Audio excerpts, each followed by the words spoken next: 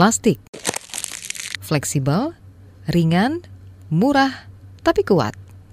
Ini salah satu karya akbar umat manusia. Saking pentingnya, plastik bahkan dianggap bagian peradaban manusia modern. Tapi tunggu dulu. Tidak semua tentang plastik adalah hal-hal baik. Masalah plastik ini memang betul-betul sama seperti bom waktu. Yang kita tuh cuma bisa ngelihat, padahal kita sebenarnya bisa ngeberesin. Tetapi di satu sisi karena ketidakpedulian kita sendiri, akhirnya dia tuh lama-lama ntar akan pecah gitu. Ada apa dengan plastik? Anda sedang mendengarkan Sains Sekitar Kita. Sains Sekitar Kita. Produksi KBR dan The Conversation Indonesia.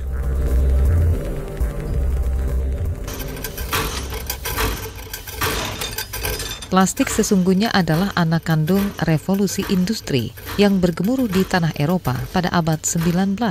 Penemunya Alexander Parkes dari Inggris pernah menciptakan perkakas dapur berbahan plastik.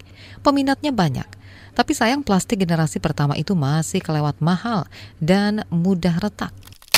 Penemuan plastik kemudian disempurnakan oleh ilmuwan-ilmuwan berikutnya. Sampai akhirnya era kejayaan plastik dimulai bersamaan dengan genderang Perang Dunia Kedua. Di Amerika saja, produksi plastik naik 300%. Kebanyakan dipakai sebagai komponen penting peralatan militer. Baru sekitar tahun 1950-an ya, kurang dari 70 tahun yang lalu, itu dikomersialkan. Plastik itu sebenarnya diciptakan awalnya untuk di recycle terus-menerus. Misalnya katakanlah plastik yang kita pakai di sehari-hari, mau itu plastik kresek atau hard plastik kayak seperti bahan kotak makanan dan lain-lain, itu seharusnya kan di recycle terus-menerus. Tapi yang jadi masalah adalah biaya untuk membuat plastik itu lebih murah daripada biaya recycle itu sendiri. Nah, sampai sini plastik berubah jadi masalah. Begitu kata peneliti mikroplastik dari Lembaga Ilmu Pengetahuan Indonesia LIPI, Muhammad Reza Cordova. Ilmuwan memprediksi pada 2050 jumlah sampah plastik di laut lebih banyak daripada jumlah ikan. Efek yang langsungnya ketika biota atau mungkin manusia secara tidak langsung memakan plastik, yang pertama terganggu adalah saluran pencernaan. Yang tadinya usus atau lambung bisa langsung menyerap sari-sari makanan tertutup. Akibatnya apa? Akibatnya itu si saluran pencernaan itu lama-lama akan robek. Mungkin sekali, 2 kali tidak apa-apa, tapi kalau misalnya terlalu sering, akibatnya robek, akhirnya kan bleeding, pendarahan dalam, akhirnya kinerjanya tidak sempurna, akibatnya ntar mati pelan-pelan. Itu tadi bahaya dari mikroplastik. Plastik yang ukurannya kurang dari 0,5 sentimeter. Ada lagi yang namanya nanoplastik. Ukurannya sekecil virus. Kalau dimakan ikan di laut, efeknya seperti ini. Yang jadi masalah, ketika dia sudah sama masuk sel darah, dia kan ikutan diserap, ikut jaringan darah, akhirnya masuk ke sistem saraf pusat, dalam hal ini adalah otak. Ada satu publikasi yang menyatakan ketika nanoplastik ini sudah masuk ke dalam otak, dia akan mengganggu perilaku. Sebetulnya, dari mana sih datangnya plastik-plastik mini itu? Kata Reza, ada 2 sumber utama pencemaran. Pertama, sampah plastik besar seperti botol minuman atau sedotan yang hancur berkeping-keping di lautan. Kedua, produk kosmetik yang mengandung microbeads. Kalau kamu pernah mencuci muka dengan sabun yang ada butiran halus, itulah yang disebut microbeads, sumber utama pencemaran sampah mikroplastik.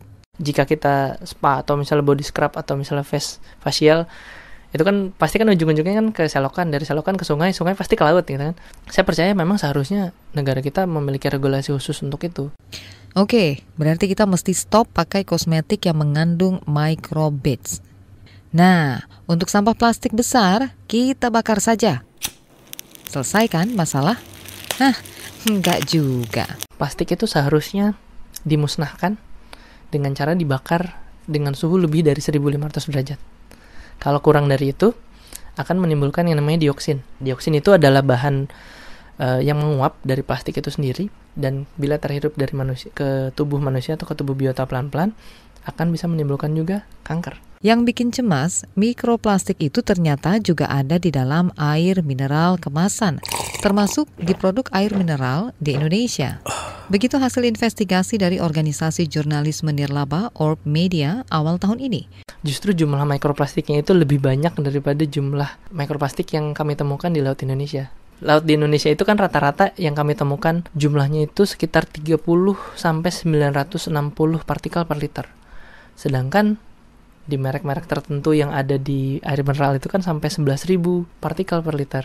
Itu jumlahnya way too big, 10 kali lipat lebih tinggi daripada yang ada di laut. Waduh, lalu kita mesti gimana? Tentu saja tidak perlu khawatir, karena saya percaya Tuhan itu menciptakan tubuh manusia itu paling sempurna. Bersyukurnya, mikroplastik ini adalah pencemar fisik. Mikroplastik ya, kita belum berbicara nanoplastik karena dampaknya itu belum kita ketahui.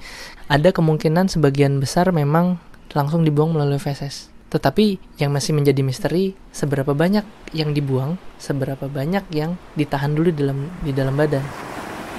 Langkah radikal harus segera dilakukan bersama, apalagi Indonesia sudah berkomitmen mengurangi 70% sampah plastik di laut pada 2025. Ya, saya sih berharap mudah-mudahan anak cucu kita, kami bersyukur nenek moyang kami dulu merawat lingkungan, tidak membuang plastik sembarangan, mikroplastik juga semakin sedikit, ada cara menghilangkannya.